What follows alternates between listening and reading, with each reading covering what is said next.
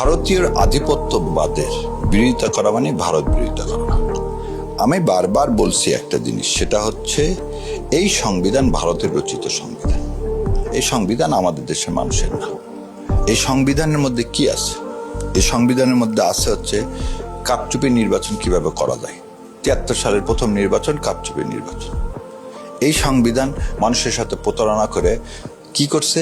স্বাধীনতার ঘোষক জিয়া, আর এই সংবিধানে লেখা আছে স্বাধীনতার ঘোষক শেখ মুজিবুর রহমান। কোনোদিন ৭৫ সালের আগ পর্যন্ত শেখ মুজিবুর রহমানকে কেউ কোনদিন জাতির পিতা সম্বোধন করেনি। এই কনস্টিটিউশন আছে সে জাতির পিতা। এই কনস্টিটিউশনে আছে কি? এই কনস্টিটিউশন আছে কোনো ফরেন চুক্তি করলে সেই চুক্তি আপনি প্রকাশ করতে পারবেন না, কারণ ৭ দফা যে চুক্তি, সেই চুক্তির ভিত্তিতে এই সংবিধান রচনা হয়েছে। তো ভারতের আধিপত্যবাদের কথা বলতেছি। দেখেন, এই সংবিধানকে আপনার জাসদের ৩০,০০০ যে কর্মীকে হত্যা করা হয়েছে সে রক্ষা করতে পারছে?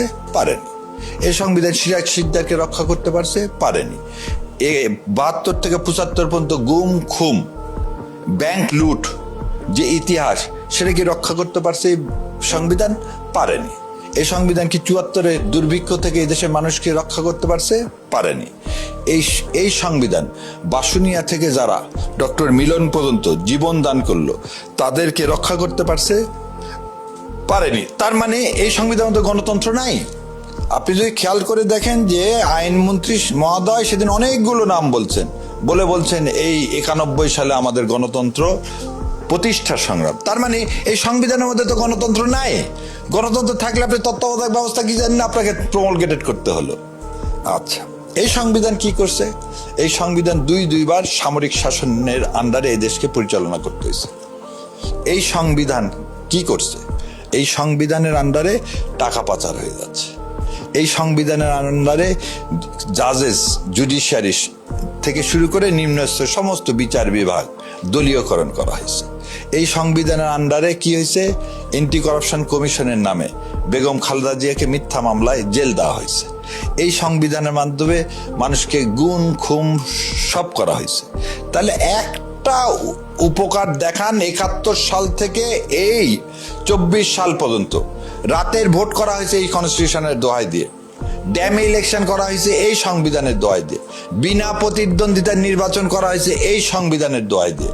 এই সংবিধানের দোহাই দিয়ে বাংলাদেশ রাষ্ট্রের ৯০০ একর জমি মিরেশ্বরায় একটা অন্য দেশকে কি ইজারা দেওয়া হয়েছে। এই সংবিধানের দোহাই দিয়ে ট্রানজিট দেওয়া হয়েছে। এই সংবিধানের দোহাই দিয়ে বাংলাদেশকে হায়দ্রাবাদ বানাতে দাঁড়াচ্ছে। যে সংবিধানে আপনার স্বাধীনতা সার্বভৌমত্ব নাই, সে সংবিধান কেন বিএনপি আঁকড়ায় ধরতে চায়? কারণ বিএনপি আঁকড়ায় ধরতে চায়, কারণ বিএনপিও ওই একই ফল লাভ করতে চায়। কি ফল লাভ করতে চায়? এই কাঠামো যদি পরিবর্তন হয় তাহলে দুর্নীতি হবে না, গুম খুম করা যাবে না, রাষ্ট্রের মানুষ বলতে সার্বভৌম ক্ষমতার অধিকারী, মানুষের মালিকানা প্রতিষ্ঠিত হবে না। সো মানুষের মালিকানা প্রতিষ্ঠিত হতে গেলে এই জুলাই সনদ বাস্তবায়ন লাগবে। এই সংস্কার করতে হবে। আর এই সংস্কার করতে গেলে সামনে বিএনপির আসার কোনো গ্যারান্টি নাই। তো ওনারা তো একজনকে যেন বলেই দিছে যে ওনারাও আবার কিয়ামত পর্যন্ত ক্ষমতায় থাকতে চাই। তো এই সংবিধান তো সেই গ্যারান্টি দিচ্ছে। সেই জন্যেই এই ৭২-এর সংবিধান এই দেশের স্বাধীনতা সার্বভৌমত্ব বিরোধী সংবিধান। এই সংবিধানকে ফেলে দিয়ে নতুন করে সংবিধান প্রণয়ন করতে হবে, না হলে আমার স্বাধীনতা সার্বভৌমত্ব ভুলণ্ঠিত হবে।